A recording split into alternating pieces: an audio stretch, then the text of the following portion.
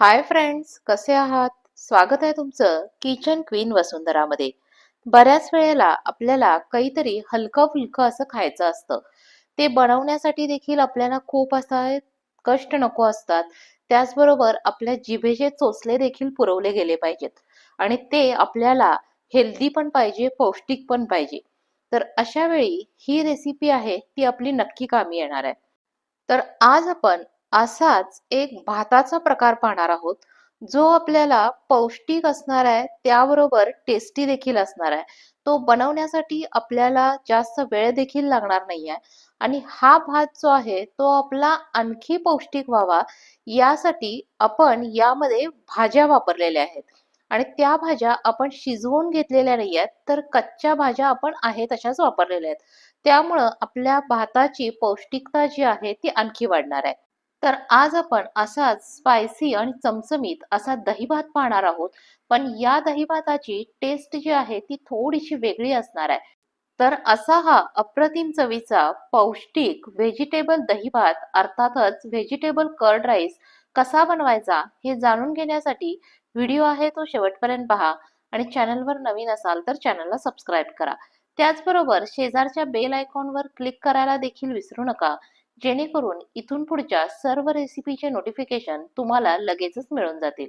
तर आता आपण प्रत्यक्ष कृतीला सुरुवात करूयात. सुरुवातीला मी या ठिकाणी एक बाउल होईल इतका भात बनवून घेतलेला आहे.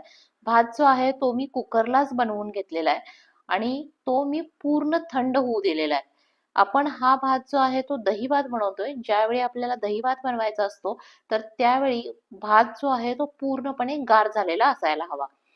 भातासाठी तांदूळ वापरताना मी रेग्युलर जे तांदूळ असतात तेच तांदूळ वापरलेले आहेत. पण भात जो आहे तो मी अगदी मऊ असा करून घेतलेला नाहीये.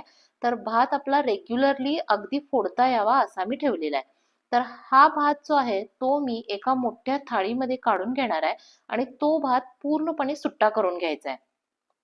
अशा प्रकारे त्या बाउलमधला भात जो आहे तो मी पूर्णपणे असा सुट्टा होऊ दिलेला आहे. हा जो काही आपण दहीभात बनवत आहोत, तर तो बनवताना आपण त्याला फोडणी देणार आहोत. त्यासाठी मी एक कढई जी आहे ती गरम करायला ठेवली होती.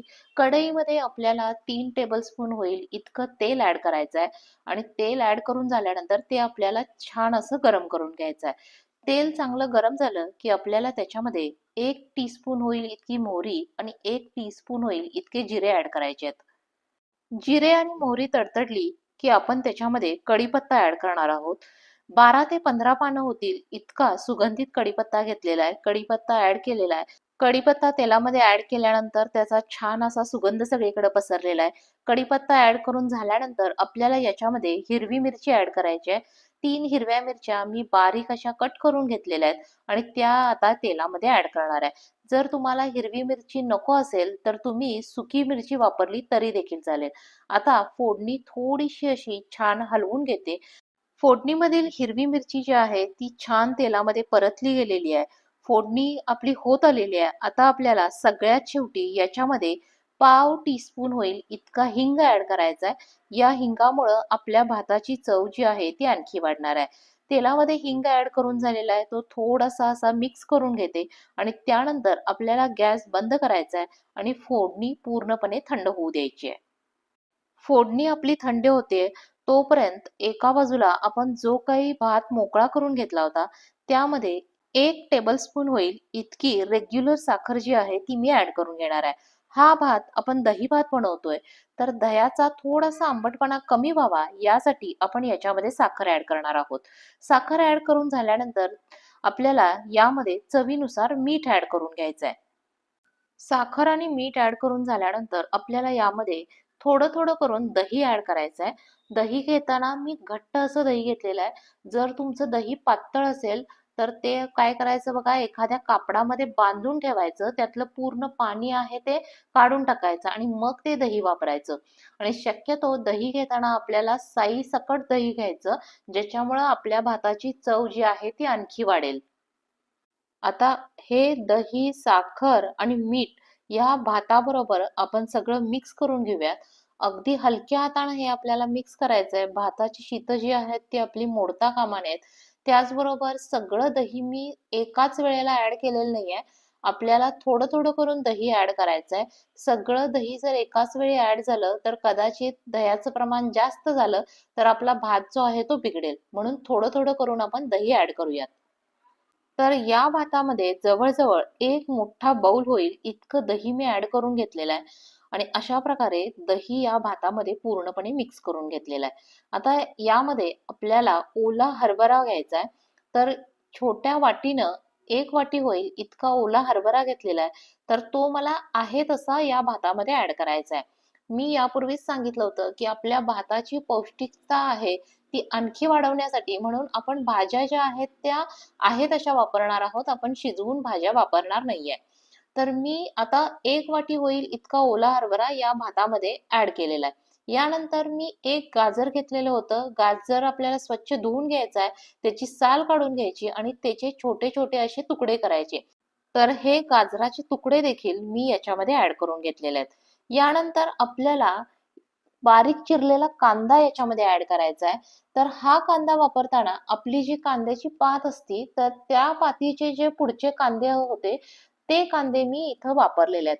तर 1 वाटी होईल इतका बारीक चिरलेला कांदा मी या ठिकाणी यूज केलेला आहे.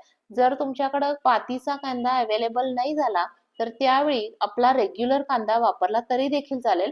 पण पातीचा कांदा वापरल्यामुळं आपल्या भाताची चव जी आहे ती थोडीशी चेंज होणार आहे. आता या सगळ्या भाज्या ऍड केल्यानंतर आपण या भाताबरोबर या दह्याबरोबर त्या सगळ्या अशा व्यवस्थित मिक्स करून घेऊया. आता या भाज्या ऍड केल्यानंतर मी त्या मिक्स करण्यासाठी चमच्याचा वापर केलेला आहे. आपल्याला भाताची शीतं जी आहेत ती मोडू द्यायची नाहीयेत. म्हणून अतिशय हलक्या हाताने असं ते पण मिक्स करून घेतोय. आता हे सगळं मिक्स झाल्यानंतर मी एक 5 ते 10 मिनिटं ते आहे तसं ठेवू देणार आहे. तोपर्यंत आपली फोडणी देखील काय होईल गार होईल. गार झालेली फोडणी आपण आता या भातामध्ये ऍड करून घेऊयात. चमच्याच्या साहाय्यानं ही फोडणी देखील आता या भातामध्ये छान अशी मिक्स करून घेऊया. फोडणी मिक्स करताना आपल्याला एक लक्षात ठेवायचं आहे की यामध्ये आपण जो कढीपत्ता घातला होता तो कढीपत्ता फोडणीमध्ये तळला गेला असेल, कुरकुरीत झाला असेल तर तो आपल्याला खूप मोडू द्यायचा नाहीये, नाहीतर त्याचे बारीक बारीक तुकडे होतील. अशा पद्धतीनं आपल्याला तो मिक्स करायचा नाहीये. अतिशय नाजूक असा आपल्याला तो मिक्स करून घ्यायचा आहे. यानंतर मी यामध्ये थोडीशी बारीक चिरलेली कोथिंबीर ऍड केलेली आहे. कोथिंबीर देखील आपण या सगळ्याबरोबर मिक्स करूयात. दही भात बनवण्यासाठी लागणारे सगळे जिन्नस जे आहेत ते आपण यामध्ये मिक्स करून घेतलेले आहेत. आता मिक्स करताना जर तुम्हाला दह्याचं प्रमाण कमी वाटत असेल तर या ठिकाणी तुम्ही दह्याचं प्रमाण जे आहे ते वाढवू शकता. मला दह्याचं प्रमाण खूप असं नको होतं त्यामुळे मी दही ऍड केलेलं नाहीये. तर अशा प्रकारे आपला हा व्हेजिटेबल दही भात, व्हेजिटेबल कर्ड राईस जो आहे तो खाण्यासाठी रेडी झालेला आहे. एका प्लेटमध्ये हा भात जो आहे तो मी सर्व केलेला आहे आणि वरून परत एकदा थोडीशी कोथिंबीर जी आहे ती स्प्रेड केलेली आहे. कमीत कमी वेळेत आणि अगदी चविष्ट घरच्या साहित्यातच असा हा पौष्टिक व्हेजिटेबल दही भात, व्हेजिटेबल कर्ड राईस जो आहे तो तयार झालेला आहे. तर ही होती आपली आजची व्हेजिटेबल दही भात बनवण्याची रेसिपी.